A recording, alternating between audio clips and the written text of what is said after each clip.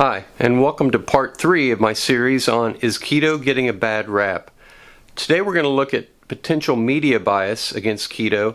We're going to start with a Good Morning America clip that reviews a U.S. News & World Report article on the top 2020 diets in the U.S. And then we're going to take a look at the DASH diet in detail. We're going to look at some folks that decided to try the DASH diet for a year and what the results were and what they ate. Hi, I'm Steve, and you're watching Keto Steveo.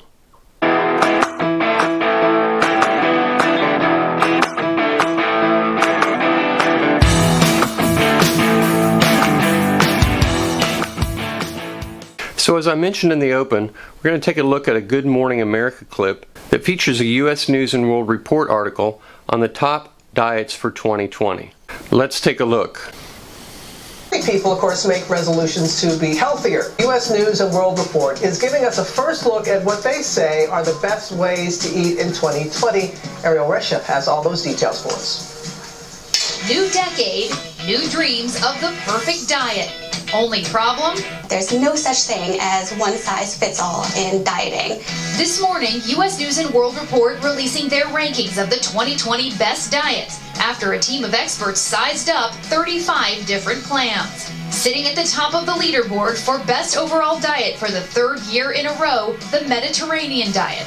Experts say the Mediterranean diet is easy to stick to, promotes overall health, and can even prevent chronic disease. Tied for second best overall, the DASH and Flexitarian diets. The DASH diet stands for Dietary Approaches to Stop Hypertension. It was actually designed by the government to help lower blood pressure.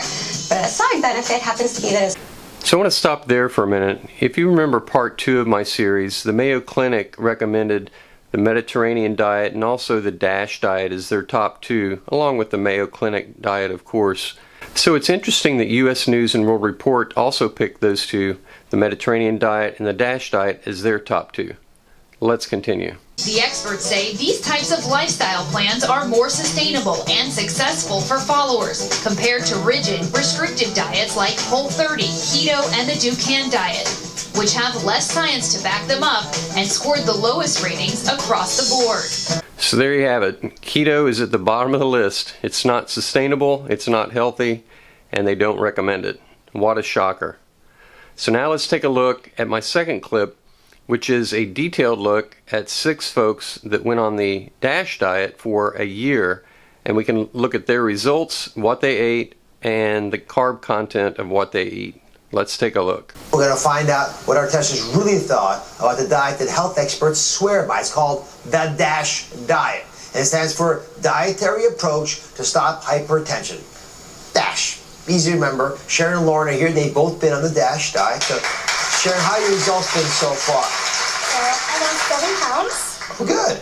You know, before this diet, I was eating red meat maybe 2 to 3 times a week, and now I'm down to maybe 1, if that. Plus, my refrigerator was stocked with processed goods, and now we've converted. So these are 2 of the 6 folks that have been on the DASH diet for a year. And she's lost 6 pounds, 7 pounds, I guess. And the other person up there with her, I think, has lost 7 pounds or 8 pounds. We'll see later if there were 4 additional folks in the study. And none of them lost more than 10 pounds. It was less than 10 pounds on the DASH diet in 1 year. So let's continue watching. Of this diet for a bunch of reasons, but one of the reasons is sort of simple. So this is the diet. It's all like this. Looks just like this. All these things are a typical day. So if you're looking like I am at what's up there, they have 4 meals. So they're eating at least 4 times a day, probably plus additional snacks. I see English muffins, bananas, carrots, watermelon, tomatoes, pineapple, green beans, pinto beans, and popcorn. There's no carbs in that, right? I totaled up those portions and the amount of carbs on what's on that platform for 4 meals. It came out to over 230 grams of carbohydrates. That's for 1 day. Everyone on this diet was less than 10 pounds of weight loss for 1 year on the DASH diet. Let's continue. Laura, what starts out with breakfast and snacks? So for breakfast, I start with coffee. I have to have my coffee. You can still lose weight with the coffee. Yay. Then I would go to a half of a whole wheat English muffin, some cottage cheese, and half of a banana. Means that I can literally go to the deli, go to Whole Foods, which is actually in the corner by my... So, you know, I'd have some salad, and I would also have some chicken, some poultry. So tomatoes, which are fairly high in carbs, I understand they're healthy, there's nutrients, but there's a lot of carbs in tomatoes.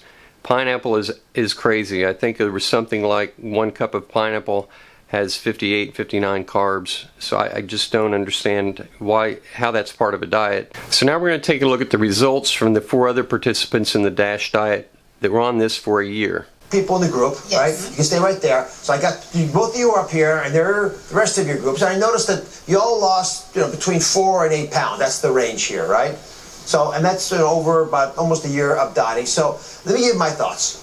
First of all, heart-healthy programs like the DASH diet, they've been shown to lower your blood pressure, as well as first-line medication. So it's a pretty good deal. They're low in sodium, low in saturated fat. So in theory, this diet should be a home run because it checks all the boxes.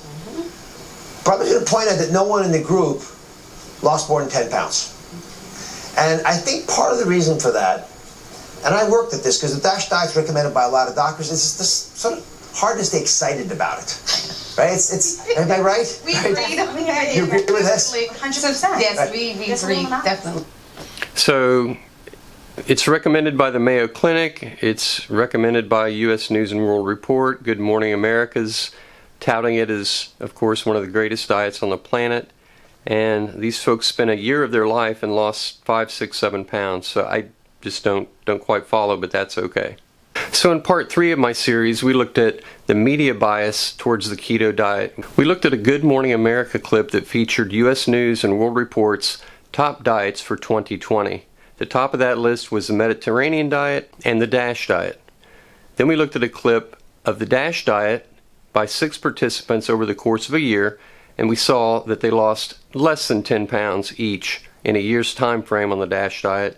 We also saw that their food was very high in carbohydrates. One day's meals totaled over 230 grams of carbohydrates. So again, this episode was to showcase potential media bias towards the keto diet, and that's okay. Everyone has a right to their own opinion. But to me, it should be less biased and more open. I hope you enjoyed today's episode, and if you do, click that like button and subscribe to my channel. Thanks so much for watching. We'll see you next time. Take care.